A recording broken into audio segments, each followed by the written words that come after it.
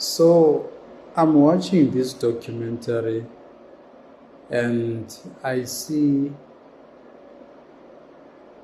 prisoners in Burkina Faso being utilized to do agriculture and other activities which are keeping them busy, and at the same time they are actually investing in feeding the community.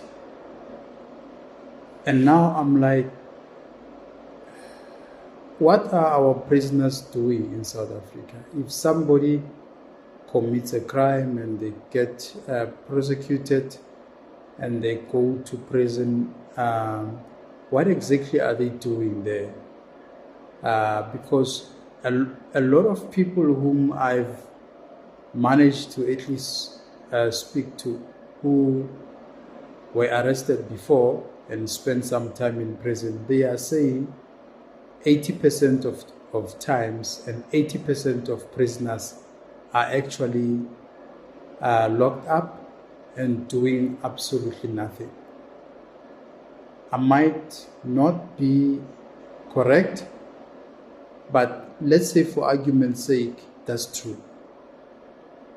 So it's more like people who are prisoners are just stuck inside prison cells and eating every day and doing absolutely nothing. And if that is the case, then they are a liability to the government, and they are just charity case. So how can we effectively, as part of the correction or the rehabilitation program, I know that they portray prison as having very good and super perfect cosmetic rehabilitation programs and all of that. But how effective are those programs?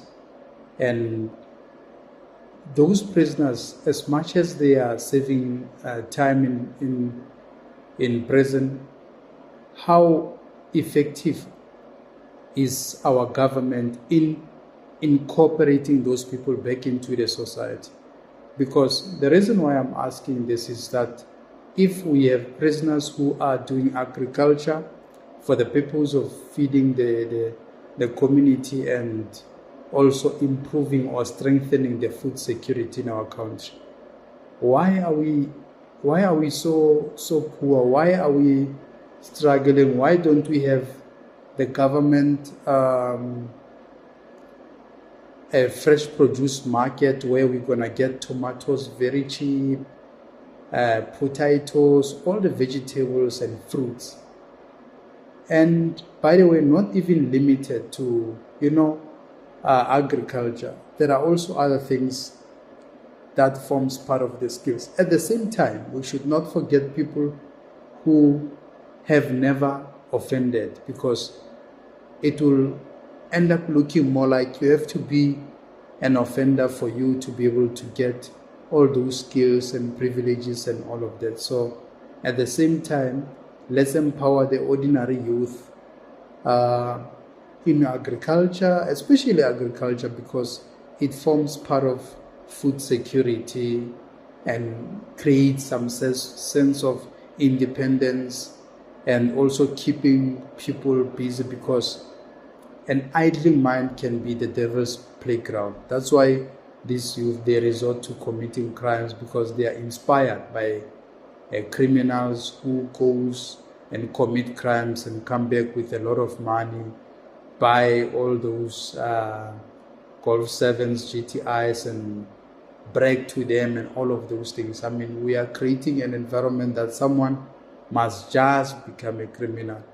So if other countries, other African countries to be specific, can do that, and most probably successfully so, why don't we, if there are those programs of agriculture and all of that, why can't we just strengthen them to make them massive? I don't know if is it because maybe the bigger market will be disadvantaged in a sense that now the government has got capacity to agriculture to feed the people, because we are fighting hunger.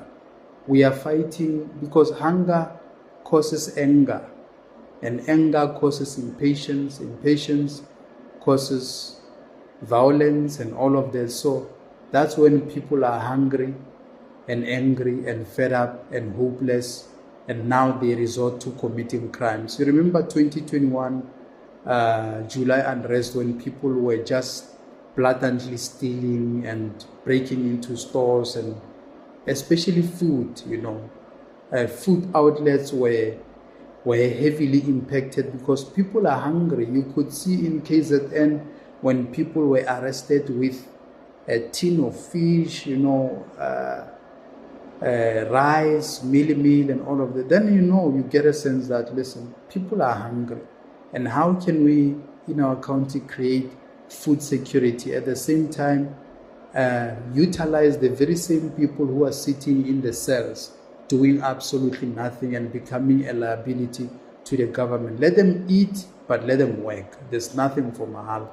And either way in between, we can say, if you work maybe a month, we can reduce maybe a month of your sentence. Then it means if you work 12 months, it means we have reduced 12 months of your sentence, because there are people who are serving life sentence.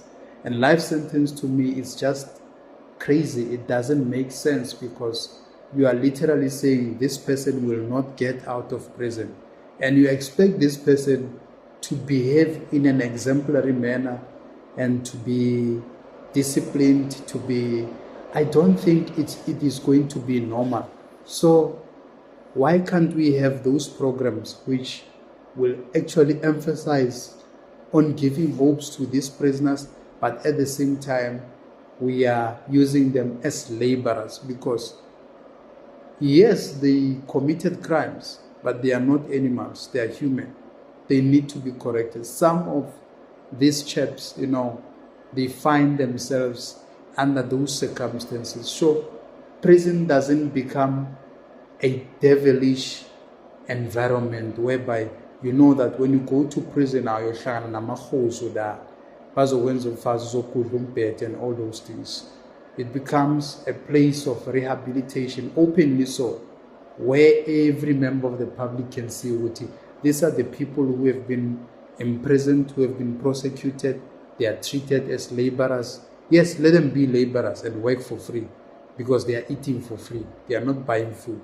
So they eat for free, then they work for free. It's fair enough. And then those cabbages, carrots, tomatoes, potatoes, they can be sold to the community at a very reasonable price. And by the way, the government can also create employment, buy more tractors, teach these people about agriculture.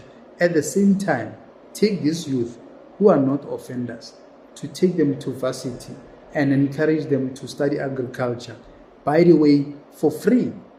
Anyone who's interested in studying agriculture should do so for free, and the job is guaranteed. When you complete your course, you're going to be placed. You are the one who is going to teach those people the fertile soil and all of those. You see, scientific things that you can't really know if you don't have maybe the theoretic part of agricultural studies. So we create an environment where we are going to have thinkers. Yes, we can venture into industrialization, maybe having ones who are graphic designers, who are fashion designers, who are doing a lot of things, by the way, fixing cars and all of those things. Why don't we practically teach those people skills? At the same time, we teach also ordinary people skills.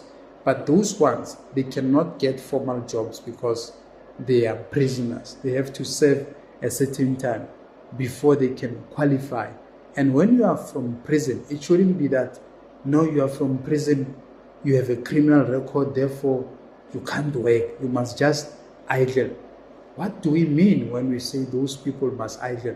They are from prison. From prison, they say you can't find work. You can't find a job. You must just idle. They are literally saying to you, go back and commit another crime so that they can arrest you again and become a prisoner again and become a liability, a charity case again, and eat for free for 15 years again. So what is the government benefiting? Because all that they do, they outsource their responsibilities to private companies, just like the Thabo Bester case and G4S and all of those things. Until today, the contract has never been terminated. Nothing was ever done. We saw the senior management for that company being summoned into some kind of Zondo commission to answer, and from there the case disappeared. That is, corruption is a cancer to the society.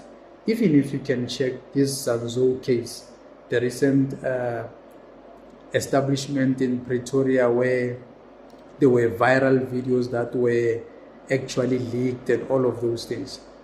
Before we know that, the case will just subside and be wiped under the carpet and nothing will happen. Because that man, who's the owner of that club, is super powerful, that man. Is well connected, that man.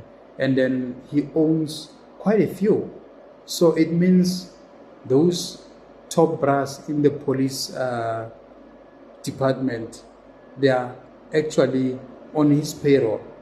So nothing will happen. And by the way, look at how the political parties are handling this issue. EFF went there a night before.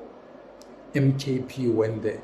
So they went there, they protested, they were doing rounds, dancing and all of that, which is energy wasted, because I know how political parties operate. By the way, I can give you a reference of the what you call it, that mutual bank, VBS, right? VBS, EFF was too vocal about it and all of that.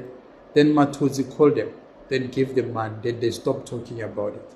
Exactly, that is what is going to happen to Zanzo. Zanzo, they just want to milk it, and when that guy, who's the owner, pays the bribe, and then they will keep quiet. They are actually chasing shares. Also, MKP went there, and all of a sudden, now it's quiet now. Everything has subsided. And we don't wonder why. We don't ask ourselves why. It's because they want to put this owner in a corner whereby he will just surrender, giving them bribe, and then from there they keep. That's how they make money, these politicians.